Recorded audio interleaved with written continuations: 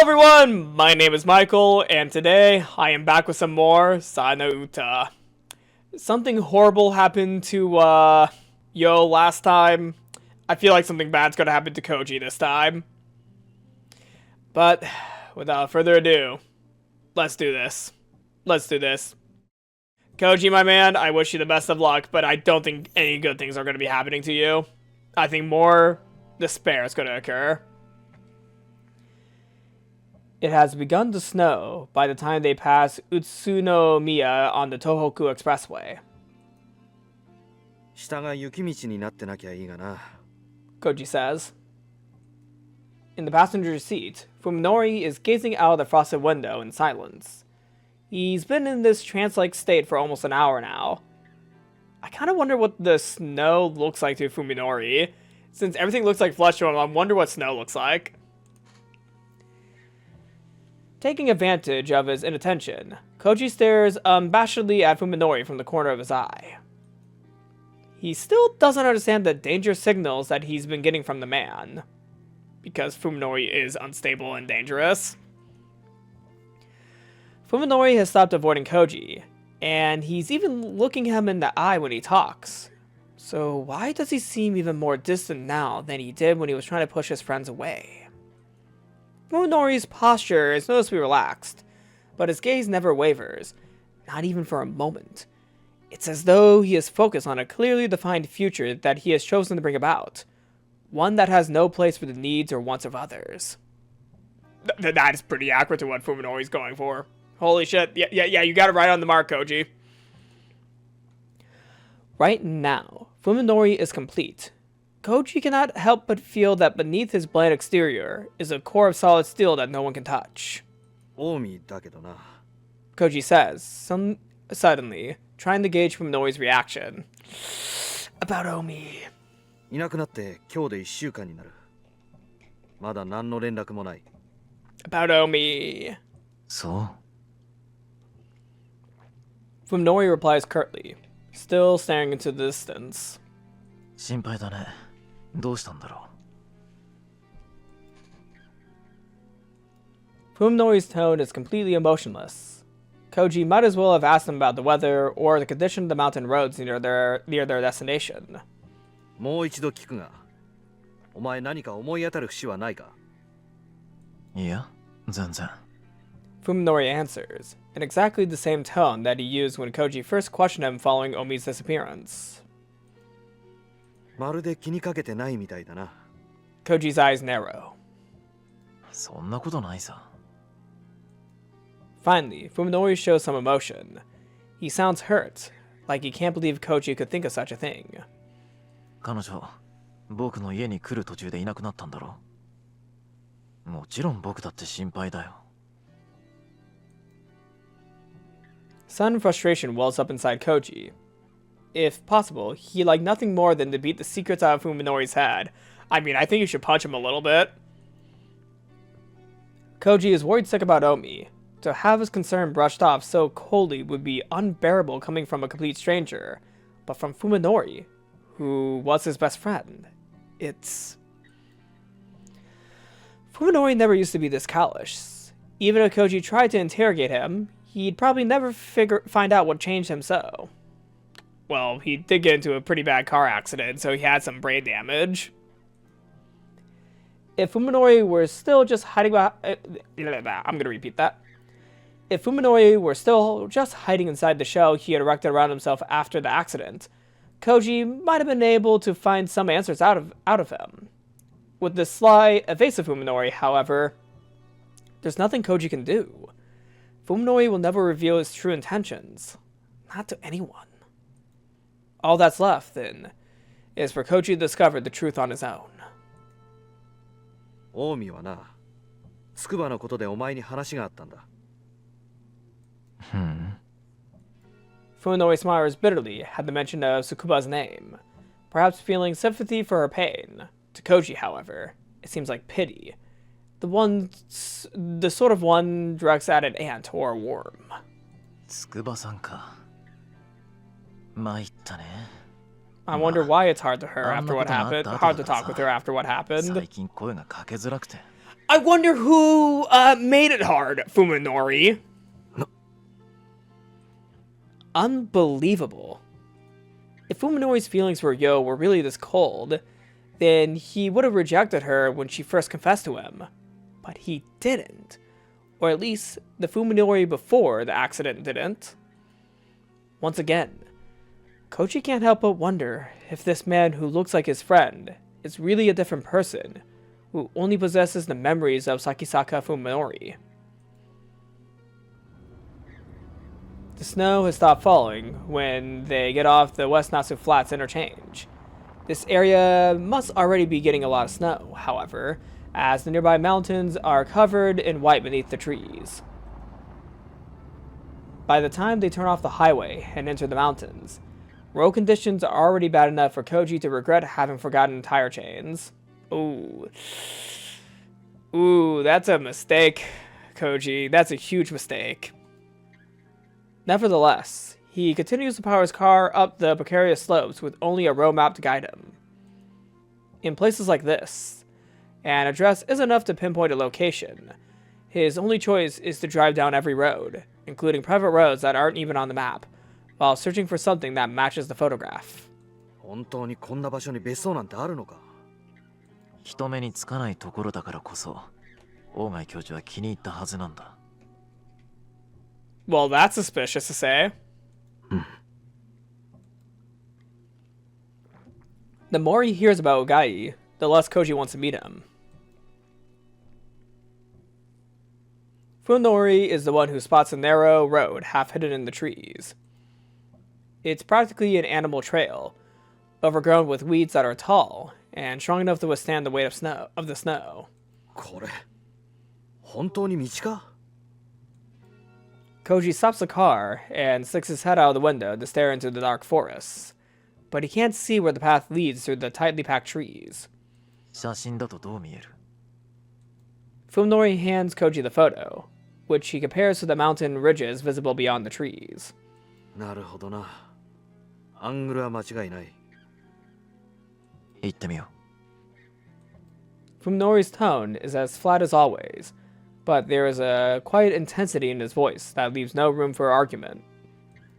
Although Koji is worried that his car's suspension won't be able to handle the terrain, there's no turning back now. He shifts into second gear and starts down the frozen road.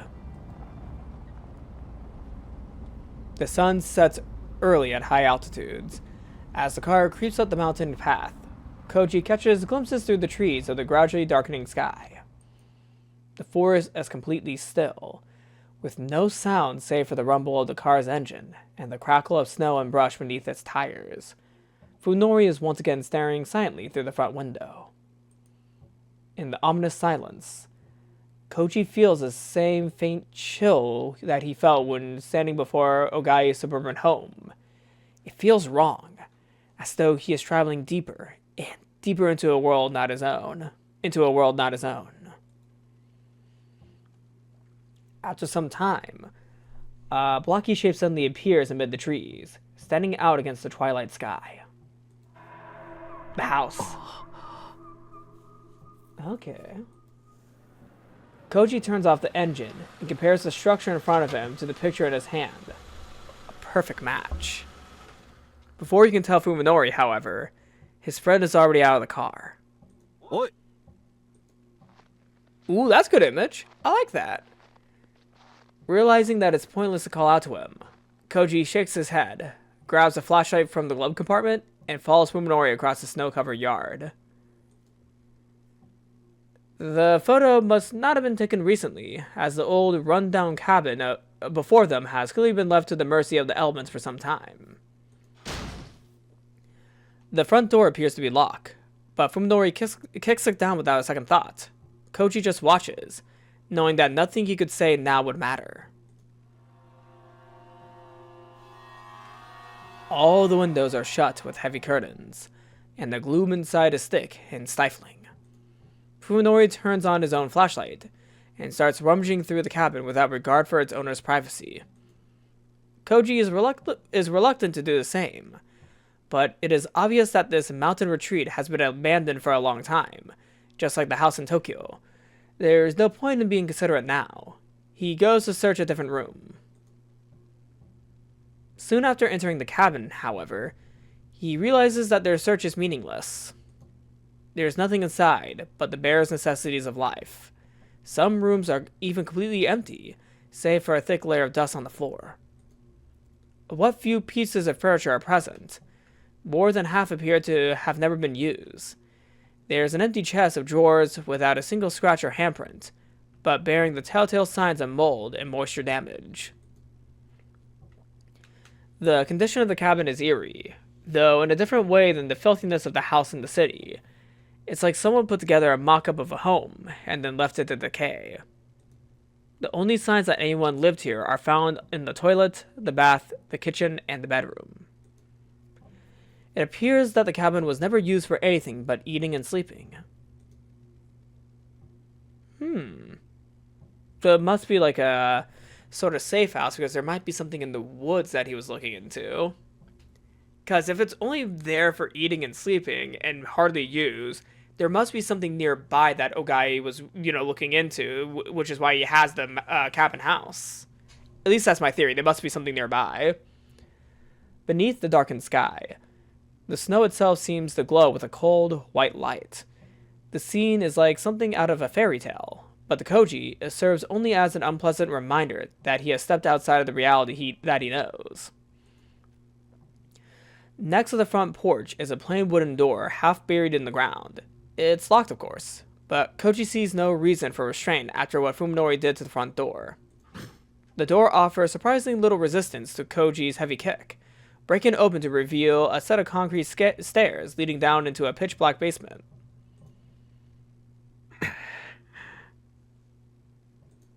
Koji would prefer to leave such a forbidding place to Fuminori, but it's not like he could just ask him to take his place.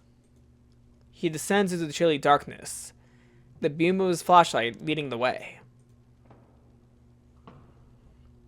There turns out to be nothing in the basement but a storage room and a boiler, exactly what one would expect to find in an isolated mountain cabin. The few packages of preserved food sitting on the shelves have long since passed their expiration dates, and the boiler doesn't appear to have been used in years.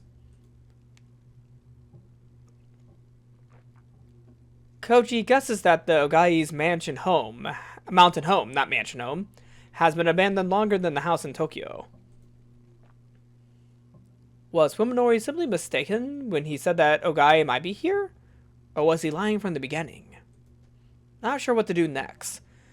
Koji goes back up the stairs and walks around the outside of the cabin. And there he finds the backyard. This must be what Ogai was working on, something in the backyard. I'm betting it. What's this? The ring? Why is there a well? It's in much worse condition than the front yard, having been mostly reclaimed by the forests. It must have been neglected even when the cabin was still in use. The remnants of a woodshed lie in the yard. The mushrooms grown on it speaking to how much time has passed since its collapse. Next to the rotten logs, however, stands a circle of stone that has not yet succumbed to the elements. A well. Is Sadako going to be down there? The well has no bucket or pulley, and when Koji peers carefully into it, he sees that the water is no longer flowing. It's probably less than 10 meters deep, depending on how much mud is piled up inside. Koji's search of the cabin has revealed nothing of interest, inside or out. Leaning against the edge of the well, Koji wonders why Ogai bought this remote home deep in the mountains, and what he was doing here. As far as Koji can tell, there is no sign that more than one person ever stayed here. Fuminori's words play back in Koji's head. Could this have been some sort of secret refuge? A place that remained hidden from the world? That would explain why there's nothing to suggest that whoever lived here did anything more than eat and sleep. Koji suddenly remembers the doctor he met yesterday at T University. Maybe she knows something. He takes out his phone and calls up the number. There's barely a signal, but it manages to get through. Koji's hopes are soon dashed, however, when his call goes straight to Dr. Tambo's voicemail. Uh-oh. He considers calling back later, but realizes that it would be hard to talk to her with Fuminori around. Fuminori would not at all be pleased to learn that Koji and Yo went to see his doctor. Oh no. I think Tambo might be the best person to consult during this sort of thing. Koji decides that he better tell the doctor what he can while he's still alone. どうも、殿浩二です。昨日はお世話になりました。 She's gonna get this voicemail late. Something bad's about to happen to Koji. I feel like Fuminori's just gonna sneak up behind Koji and just bash his head in with an axe or something. God, no. It feels like Koji's like slightly smart because he's at least telling someone what's going on. Koji leaves a clear and concise message, explaining that he went with Fuminori to Ogai's mountain retreat, giving the address and asking for confirmation that the property belongs to Ogai. 東京に戻ったらまたこちらから連絡します。では。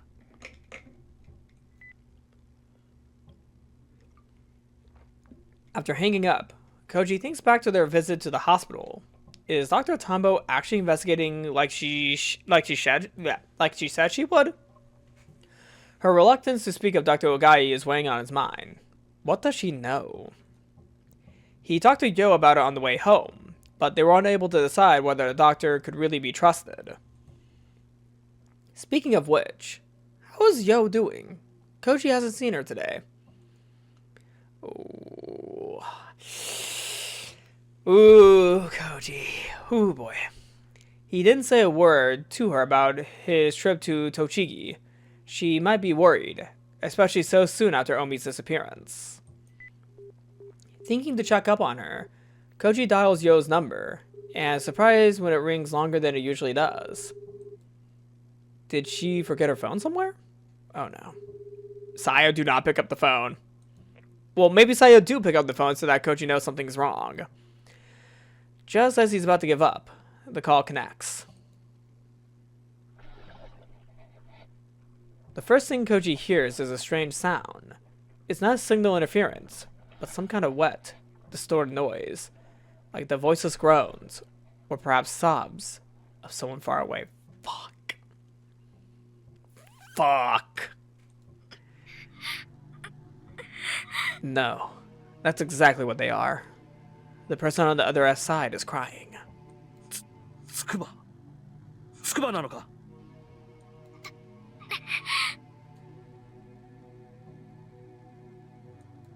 There's a response, but is it really Tsukuba's voice? It's too twisted with agony for Koji to tell.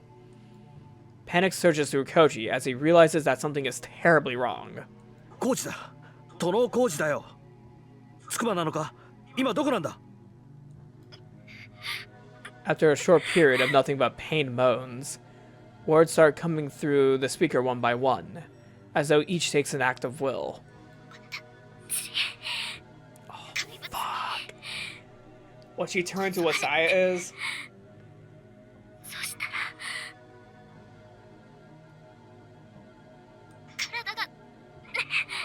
Fuck! She was turned into one of them! Fuck!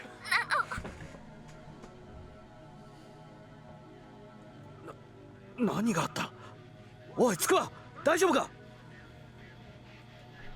Yo must be delirious, because Koji can't understand the things she's saying. Her gasps and wheezes, however, are enough to tell him that she's in unimaginable pain. Fuck.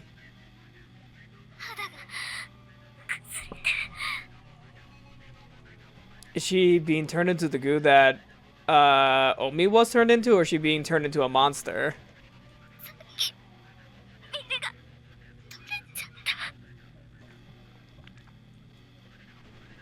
She's not making any sense. Koji feels despair seize his heart in an iron grip. What is happening to Yo now, 100 kilometers away? Only her voice gives any hint of what she's going through. There's nothing he can do for her.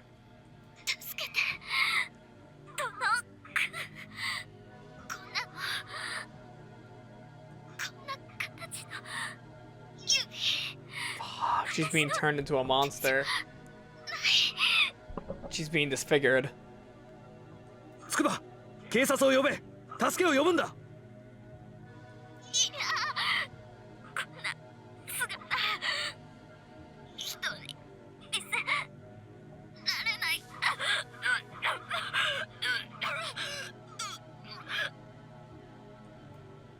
Yo suddenly breaks into a violent hacking cough, as though trying to expel something filling her throat. Tsukuba! Koji screams into the phone, his reason overwhelmed by unimaginable horror. Which is why he is unable to react when the phone is suddenly knocked from his hand, and also why he didn't notice Fuminori sneaking up on him until it was too late. No. Fuminori seizes Koji's lower jaw with his right hand, cutting off Koji's angry shout. Koji can hardly believe the strength of the smaller man's grip. His biggest mistake was leaning him back against the well. There is nothing to grab onto as Fuminori pushes him backward over the edge. He can only flare his arms vainly against the air. No, he's gonna be pushed down the well. Koji soon loses his balance entirely. Fuck! He feels a terrifying weightlessness as the world spins before his eyes. Before he can realize what has happened, his back strikes something with tremendous force. Fuck! He thrashes wildly as cold, dirty water fills his mouth and freezes him to the core. Only when his fingers find the wall of the well, he is able to regain his sense of direction and right himself. Oh, he's alive? On his hands and knees in the mud, Koji vomits filthy water out of his lungs. Fuminori. He tries to shout, but it comes out as a hoarse groan, distorted by the echo in the cramped space. Fuck. Fuminori's laughter, on the other hand, is as clear as a bell.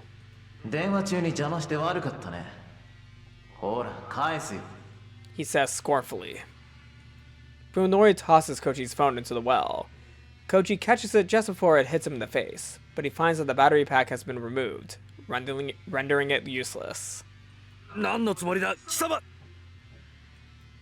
This is no joke. It's a miracle that Koji is uninjured. He could easily have broken his neck. And just because he's not hurt, doesn't mean that he's safe. Koji feels around the inside of the well, searching for something to hold on to, but the mud-covered stone offers no purchase.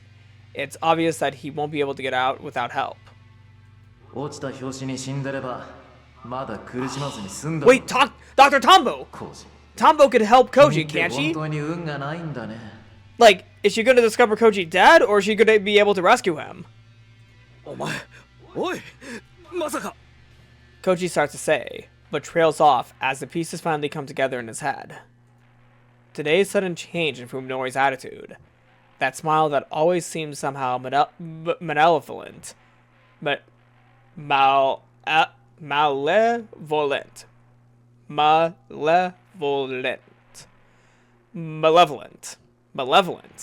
Yes, that smile that always seems somehow malevolent. Fuck!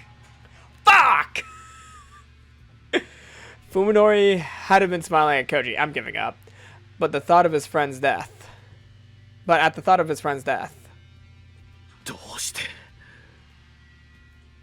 He can't wrap his head around this turn of events. Why would Fuminori try to kill him? True, Fuminori had wanted Koji to stay out of his business. But is that really a motive for murder? Fuck you, Fuminori. Fuck you. Fuck you, man.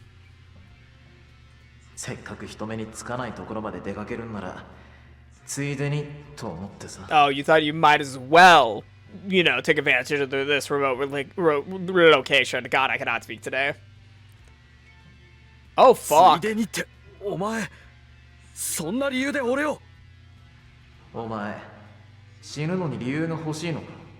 Fuminori replies coldly. He sounds truly amazed that Koji would ask such a thing.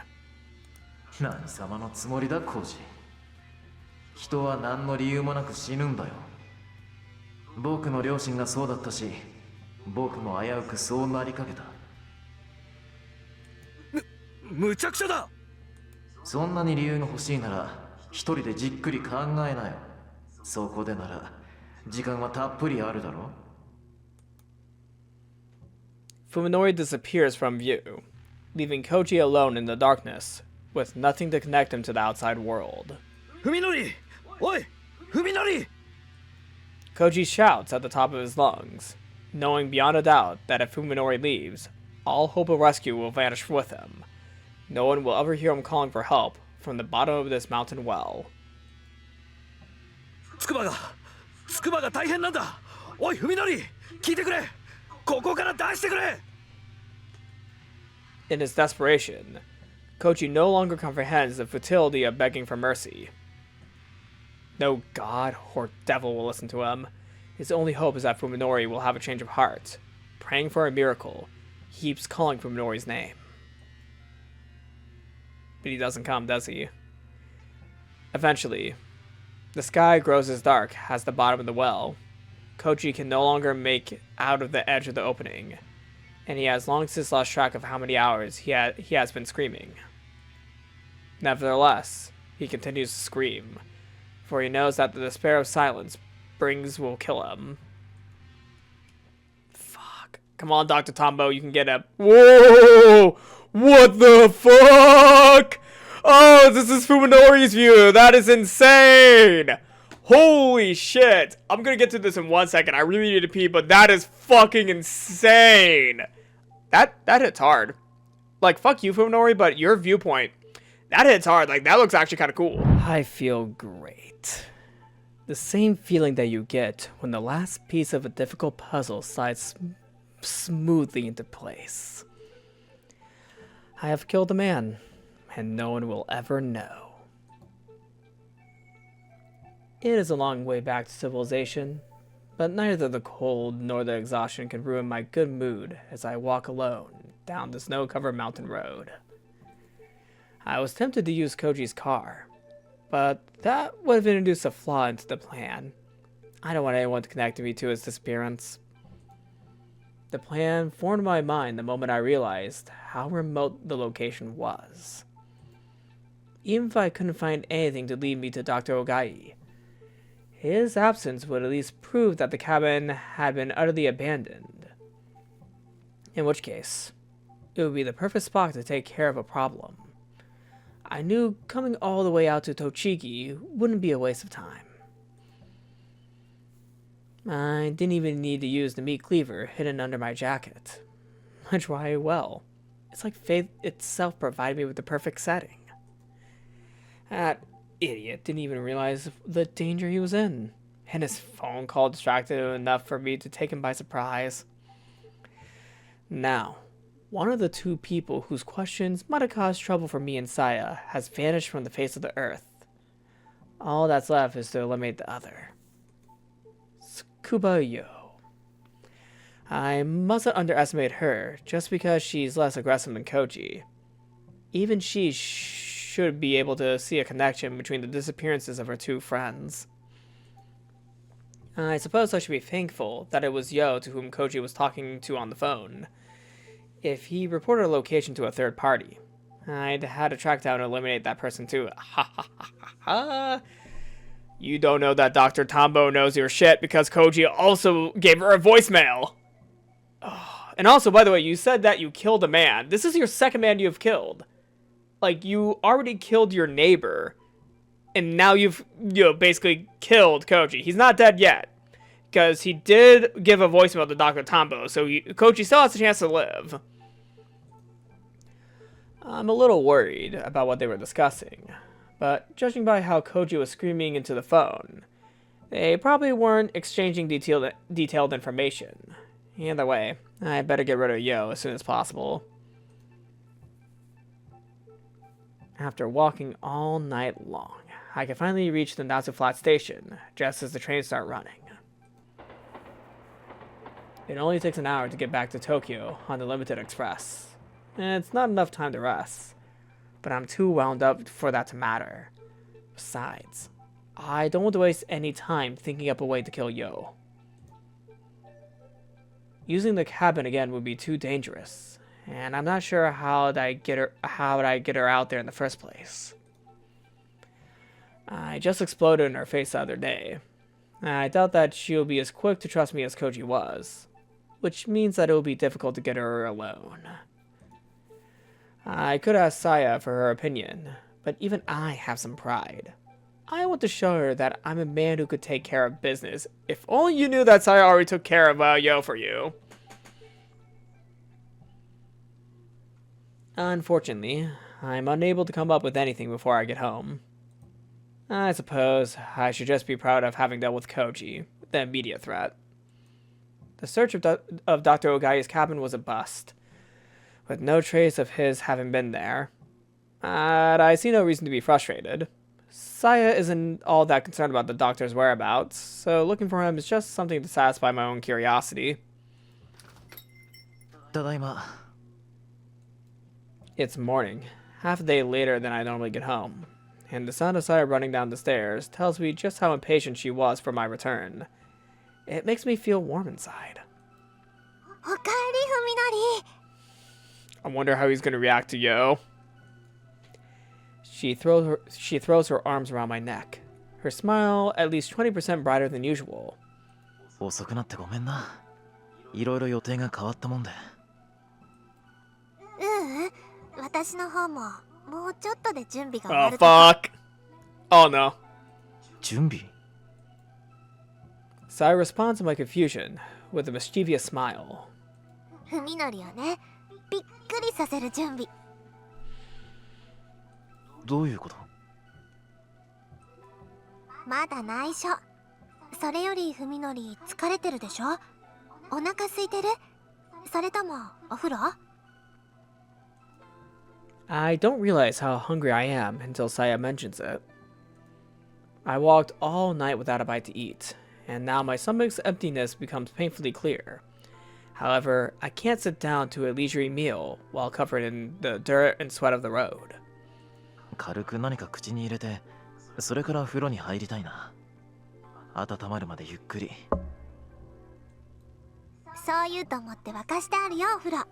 一晩中外にいたんだもんね。寒かったでしょ。ああ、そりゃもう。I'm amazed by Saya's foresight. She's always ready to give me what I want before I want it. I don't like that. Oh, I don't like that! I especially do not like 大 that. 変だったんだ。 Oh, that's gross. Oh, I don't like that. While soaking in the bath together, I tell Saya about my adventure. 殺すのは思った以上に楽だったんだよ。ただ、帰り道がね。The heat of the bath is soothing, as is the sensation of Saya leaning back against my chest as she massages the fatigue out of my stiff leg muscles. I'm home. Contentment fills me. I don't even need to sleep to relieve my exhaustion. Just like the living room and the bedroom, the bathroom is painted in the colors that Saya and I find pleasing. We've left the entrance and hallway untouched just in case someone should see inside. So these three rooms are the only places I can relax in my own home. この季節でも山の寒さは尋常じゃないね。薄着で行ったのはつくづく失敗だった。I'm surprised you survived the elements after walking around all night exhausted. 夜中あたりは投資するんじゃないかってヒヤヒヤしたよ。そのコウジって人の服も取り上げて重ね着してくればよかったのに。 Well, he's kind of at the bottom of the well. おいおい、コウジは井戸に落としたんだってば。着てた服も井戸の底だよ。ああ、そっか。 Saya laughs and sticks her tongue out bashfully. で、あと心配なのがつくばよって女の人。コウジが消えたのと僕のことを結びつけて考えそうなのは、そいつ一人だけだからね。Joke's on you, Tombo knows your shit. やっと安心できるんだが。You know, I kind of wish that Tombo will break in at any moment and beat the shit out of Fuminori. Though I feel like Saya would protect him. Ah, man. How exactly would Tombo, I guess, be a force to stop the two of them? Like, I don't know if this is the type of game where we'll have a happy ending where they're stopped or anything, though. Saya glances at me over her shoulder, like she knows something that I don't. その人の殺し方、もう文則は考えてあるの？それがまだなんだ。いろいろと考えたんだけどね。だからサヤの知恵も借りようかと思ってさ。任せといて。She says, grinning with unusual confidence. さやはね、文則が想像もつかないような方法を知ってるよ。もう解決したも同然なんだから。そうか。さてと、もういい加減仕上がってる頃だし。Saya's voice is full Saya's voice is full of anticipation. She rises from the bath. でよ、文則。見てほしいものがあるんだ。Oh no, poor Yo. Oh no, I don't look forward to this. I'm not liking this at all. 目をつぶって。私がいいって言うまで開いちゃダメ。This is gonna be horrific, isn't it?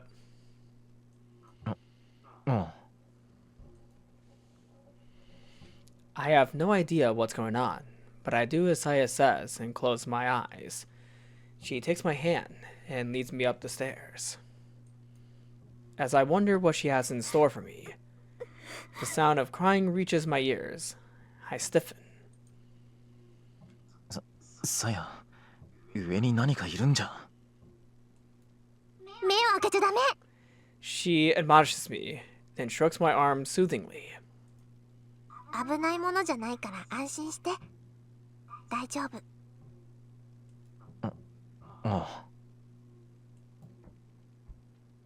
Little by little, the crying grows louder. I can hear the misery and pain in every choked sob. At first, I'm amazed that Saya will let someone in our house after what happened 2 days ago. But then I realize something is strange. Isn't Saya the only voice? Isn't Saya the only voice? Oh god. Isn't Saya the only one whose voice can carry such a clear emotion to me? Fuck, she turned Yo into one of the monsters. Is Yo gonna look like Yo, or is she gonna look like Saya? Although my eyes are still closed, when Saya leads me into the bedroom, my ears tell me that someone is only a few feet away. And yet, I smell none of the human body or odor that normally turns my stomach. さあ、ご対面。文則、目を開けて。Has Yo been turned into a Saya, or can we just see Yo normally now? I open my eyes, and am dumbstruck by what I see. Oh, it's Yo! Okay, so Yo is... Okay. Since she was being turned into, like, one of the monsters, I wasn't for sure if she's gonna look like Saya or if she was gonna still look like Yo. So, okay, so Saya is able just to turn, humans into monsters, but in Fuminori's view, they still look like, their human form. Okay. I thought she was just making a perfect clone of herself for a second. Okay, that makes a little bit more sense to me now. Tsukuba Yo is curled up on the floor, with not a scrap of clothing to cover her shivering body. When I first lay eyes upon her naked flesh, I am entranced by the sensuality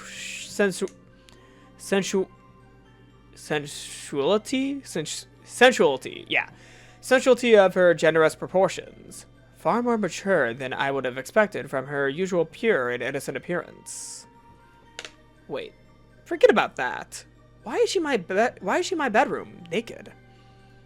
Moreover, why is she... どう、文則。この子の体、どんな風に見える？ Yep. Saya literally turned her into one of the monsters, and now only Fuminori can see her. 綺麗だ。でも、なんで僕にもちゃんと。It does make sense. This is the Tsukuba Yo I remember, not the putrid creature whose attentions I found so unbearable after the accident. My senses recognize her as the human that she is. この子ね。文則のことが好きだったんだって。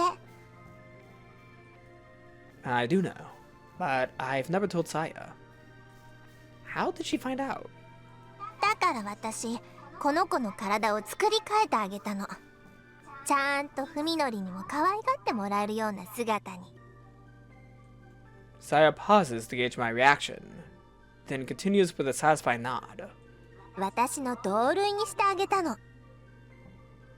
どうしてどうやって I still don't understand why Saya chose Yo, but this last statement is even more baffling. She changed Yo? ねえ文則、一昨日も言ったでしょ。私には他の生き物の体 But に wait, 細工ができるんだっ she only て。 sees herself as a monster, so only Fuminori can see other humans as humans. The humans themselves can't even see them the way that Fuminori does. Yes, I remember. She claimed to have done something to Suzumi's brain. I didn't doubt her sincerity then, but I suppose that some part of me thought she was exaggerating. I hadn't seen her handiwork firsthand. But now. 隣のおじさんにしたような小細工じゃなくて、今回のは大掛かりな変換だったけど、でもこれが私の能力の本当の使い方なんだよ。実際にやってみたのはこれが初めてなんだけど。これが本当によ。 Yo finally notices my presence and turns her head to face me. I see a faint glimmer of recognition in her glassy, unfocused eyes. Her features are exactly as I remember them. Incredible. This is far beyond cosmetic surgery. Once a twisted creature unrecognizable as human, Yo is now the very image of human femininity. There is no similarity between what she was and what she is, which can only mean that she has become something utterly inhuman. According to Saya, she has become what Saya is. 人か人目の生態構造についてはね。 No one knows more about the biology of Homo sapiens than I do. That's insane. That is 大 insane, 勉強したか Saya. らね。 Also, my apologies if you hear a lawnmower. My neighbor is mowing his lawn right now. Saya declares, her voice full of pride of her first creation. I'm not sure if my mic's picking it up, but if it is, my apologies, everyone. 勉強って何を誰から学んだんだいつどうやって She couldn't have learned it from Dr. Ogai. No teacher on Earth could impart such knowledge or skill. だって毎日文則の注ぎ込んでもらったじゃない。私の中に。 Nope, maybe that's not it. You know, maybe he's just been showing her the medical textbooks. Yeah, she was looking at medical textbooks. Saya blushes. Ah, okay, that's not medical textbooks. あれ、要は人間っていう生き物の設計図みたいなものだから。私にはそれを読み解くことができるの。好きなようにいじることもね。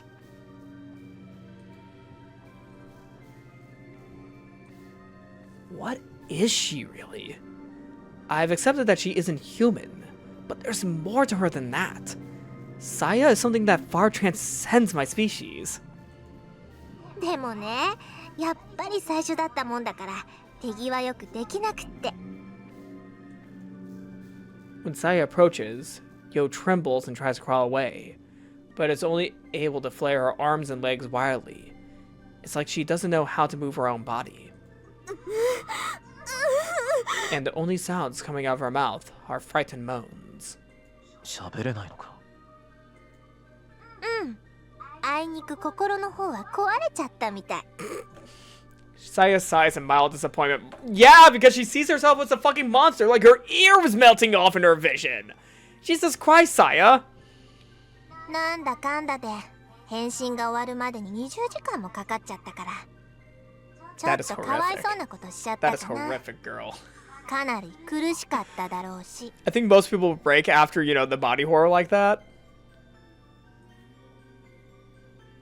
Yo looks up at me pleadingly, as though begging me to save her. She is no longer able to ask me for help, though, or even to call my name. で、どう？気に入ってくれた？ Saya asks, her eyes shining with anticipation.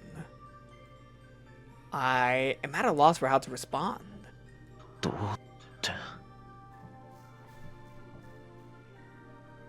Oh no, wait, are we gonna have to choose between Yo and Saya?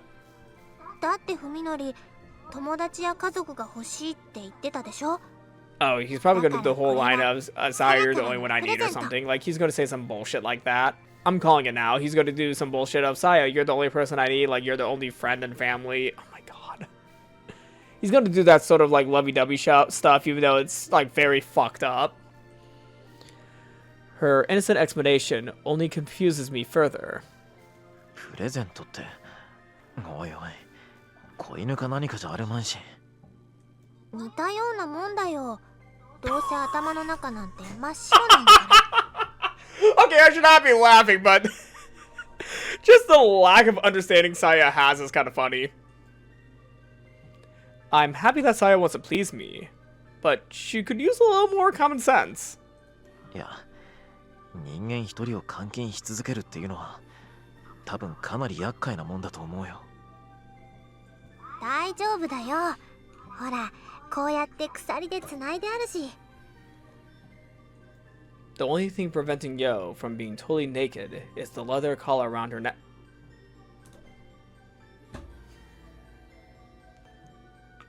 What the fuck? I have no idea where Saya got from. Yeah, indeed, where the fuck did you get that? But it's the kind of dog collar that would be sold in any pet store. The chrome chain is fastened to one of the bedposts. What kind of fetish is this? Genu Urbuchi, what kind of fetish are you riding here? Yo tries to get away again, but Saya sends her sprawling with a tug of the chain. Like, I'm not kink-shaming you, Urbuchi. At the same time, though, she's a captive against her will after being transformed into a monster. What the fuck, dude? Yo tumbles to the floor, squealing in pain. Her actions are those of an unintelligent animal, just as Saya said. それにこの子、どっちみち逃げ出して何かしようとか、そういう難しいことはもうできないから。ね？これでもう文則が心配することなんてないでしょ？ Saya has a Don't agree with her! What? Saya has a point. What do you mean she has a point? I was racking my brain for a plan to kill Yo, but now my problem has been solved in a way that I could never have imagined. If a normal person looks upon her now, they will probably see no trace of the old Yo. And if she has no memories and can't even speak, then it's perfect. Saya's killed Yo without taking her life. I think Yo is still very cognitive of what's going on. It's just that she's this horrified because of what happened to her. Though there's still the problem of what she means by giving Yo to me. 嬉しくない？ Saya asked dejectively, her confidence suddenly gone. 私、また何か勘違いしてた？文則のこと困らせちゃった？いや。That is it, Fuminori. この子の世話はちゃんと私が一人でやるよ。文則にめんどくさい思いなんてさ It's せ like な a いよ。 child begging if they could have a そ dog, れでも even though this is a Dame. fucking human being. What the fuck? What the fuck am I again, what the fuck am I reading? What the legitimate fuck is this? Sorry, I'm getting a little bit off here. That's not it. The last thing I want is to reject this symbol of Saya's affection. But how can I explain to Saya why I'm trying not to look at the naked woman writhing on the floor? そういうことじゃない。違うんだ。Yo's the first human figure besides Saya that I've seen in 3 months since the accident. And she's a woman. A woman positively glowing with voluptuous feminine beauty. No. No. Don't. No. Like, dude, no. No, I know where this might be heading. Of course I'm happy.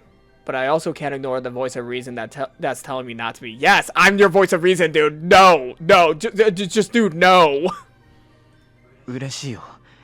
嬉しいんだけど、素直に喜んでいいのかどうか。さやのことを思うとさ。Saya looks puzzled, as though she has absolutely no idea what I'm getting at. いや、だってほら、この子だって女の子だからさ。Oh, now we're going to the, you know. Here's Fuminori's self-righteous romance coming out. 僕がさやの他に別の女の子と一緒に暮らすっていうのは嫌じゃないのか。After considering this briefly, Saya finally seems to understand what I'm trying to say. そんな、ふみのりって考えすぎだよ。Maybe I'm worrying too much, although I'm pretty sure that I'm just showing the consideration that any man who's sworn his love to a woman would show. Or maybe Saya doesn't understand that a man faced with a woman's naked body can't help but react regardless of his... As my shirt fucking says. Life is not Daijobu, especially after reading this shit. What the fuck? What the actual fuck? Why? God, why am I reading this? Why am I reading this? Oh, god damn it. おかしい。本当に優しいんだね、ふみのりって。そうか。この子はね、ふみのりのこと喜ばすためだけにさやが用意したの。ふみのりがこの子のこと好きになって、この子と過ごすのを楽しいって思うようになってくれたら、それだけさやも嬉しいん Don't だ be よ。 implying what I think you're implying. I know you're implying that. I know what kind of game this is. それ遠慮するようなことじゃないよ。What the fuck? こう言っちゃなんだが。I struggle to find the right words to express my true feelings. 男ってそのものすごく下劣な生き物だから。ほら、陽の体ってサヤの裸とはまた全然違う特徴があるだろう。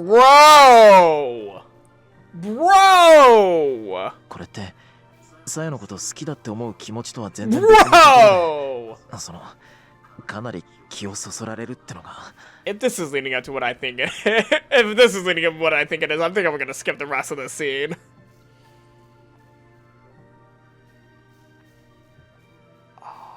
No, that's exactly what she was wanting. With each word that I squeeze from my lips, Saya's grin grows wider and wider until she finally starts shaking with laughter. わかるわかる。ふみのりは男の子だからそれでいいの。正常な本能だよ。Saya exclaims jovially, patting my shoulder with one hand and wiping tears from her eyes with the other. いいのか。I ask again, as though trying to force her to say no.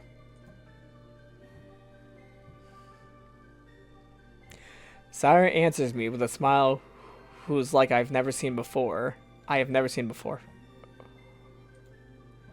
It is calm, so terribly calm. And there is nothing bewitching about the soft set of her lips that sets it apart from the usual bright, childish expression. ふみのりとさやは恋人同士。で、つくばようはそんな二人のペット。この子は私とふみのりに可愛がられるたびにそのことを思い出すの。これから毎日ずーっとね。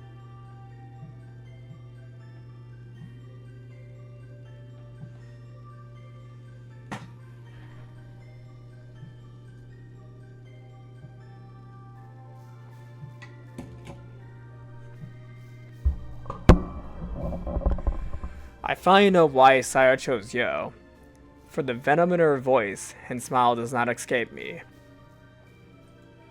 Although she can no longer answer, if asked, Yo would surely have chosen death over this fate, and that is the very reason Saya visited it upon her.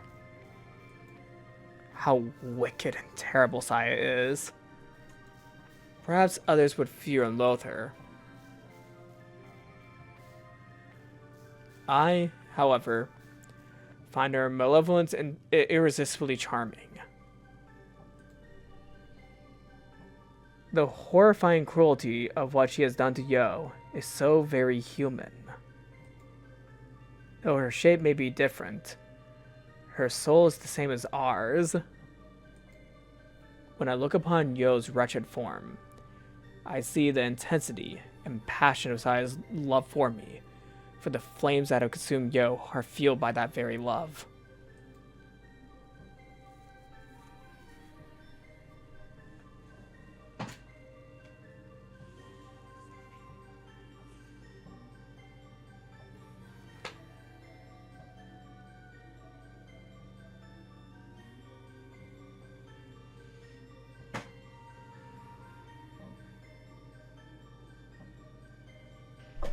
I find myself enthusiastically accepting Saya's present.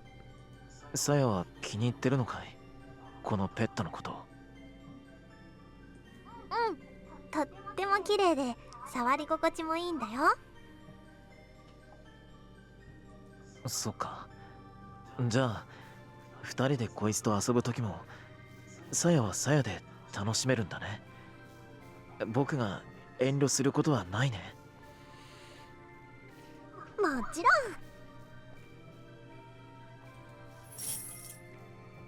Grinning happily, Saya grabs a chain and pulls Yo to her feet. ねえ、文則、触ってごらんよ。柔らかくて気持ちいいよ。ああ。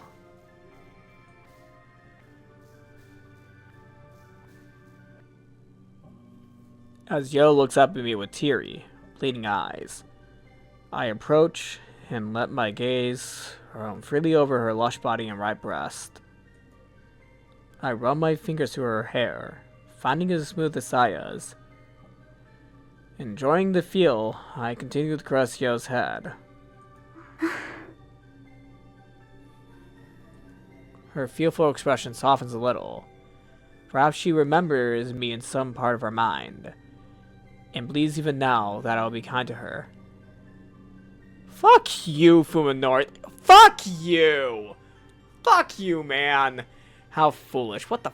Oh, you fucking bastard. Okay, I am not reading that. Yeah, I'm not reading this. I'm not showing this. Nope, yeah, I am not reading a rape scene.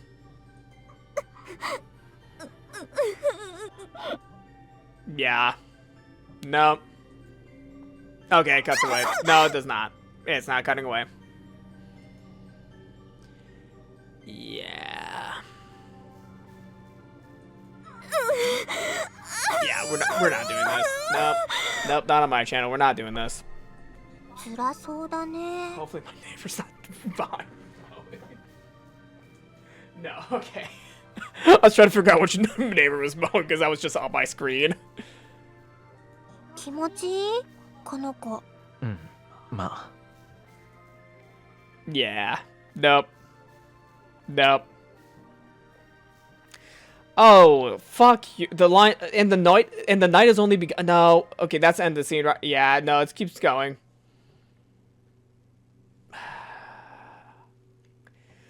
Later, as I lie on my bed, drained of energy, I consider what my life will be like from now on. Saya is resting in my arms. Yo is curled up on the floor. Yesterday, I could not have imagined what the three of us would be if... I could not have imagined that the three of us would be a family. Ah! A new home, new food, a new family, all granted me by Saya. She has selflessly led me back from the brink of death to find new joy in this amid despair. Oh yeah, no, yeah, definitely. That's a happy family you have there. And I too have changed. Oh yeah, you have changed. You really have changed. I have killed 2 people with my own hands and made a third my mindless slave. Yet despite all that I have done, I am still able to sleep peacefully. Oh my god. Without a doubt, I am no longer the Sakisaka Fuminori I once was. How far will Saya take me? Oh my god, yeah, this is the moral degradation of yourself, Fuminori. Don't you understand? This is your moral degradation. What will I become, a monster?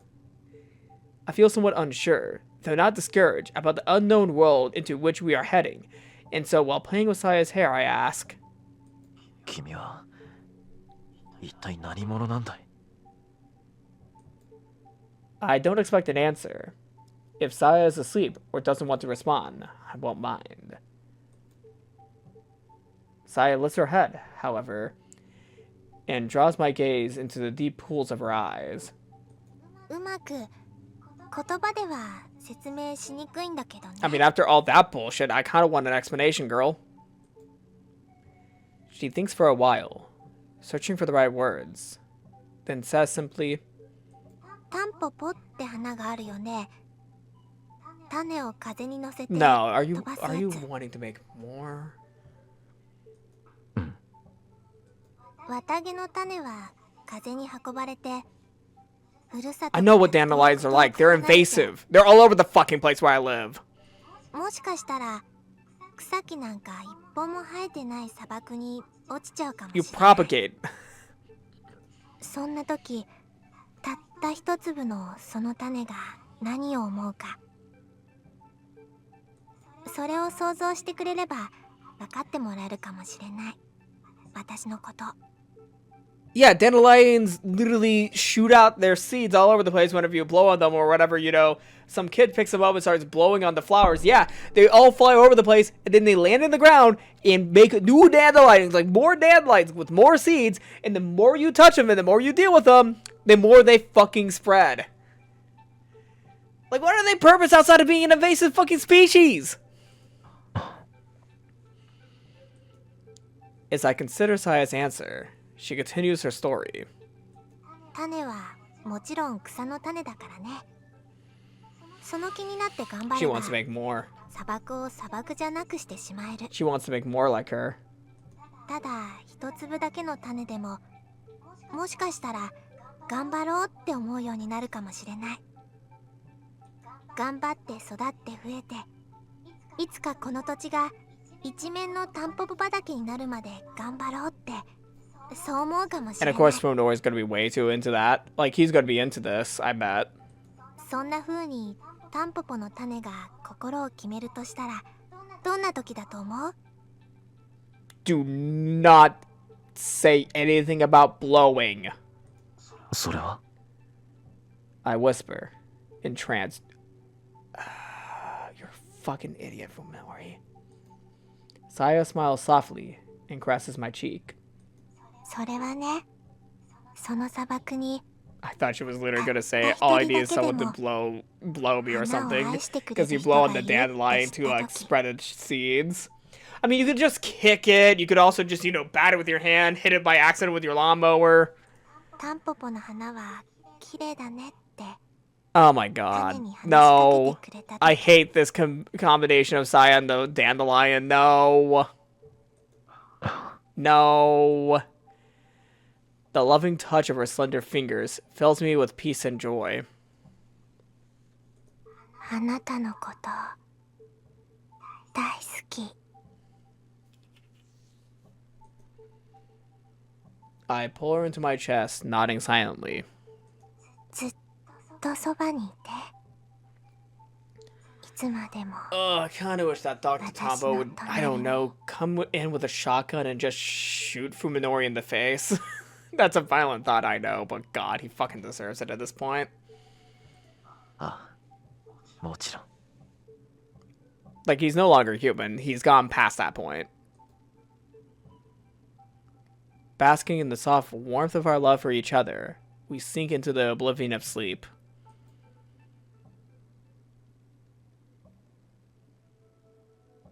He's still alive in the fucking well. He's fucking alive in the well. Alright, we'll get back to Koji next time. I think that's all I can just mentally handle of Saye no Uta today. But we'll be back. I should should not be laughing at poor Koji's pain. But we'll be back to him next time. We'll be back to him, and I'm hoping that Dr. Tombo saves him. Because, come on, Koji does not... Oh, neither does Yo or Omi. Like, none of these guys deserve what's, you know, happening to them. And I fucking hope that Fuminori gets what's coming to him.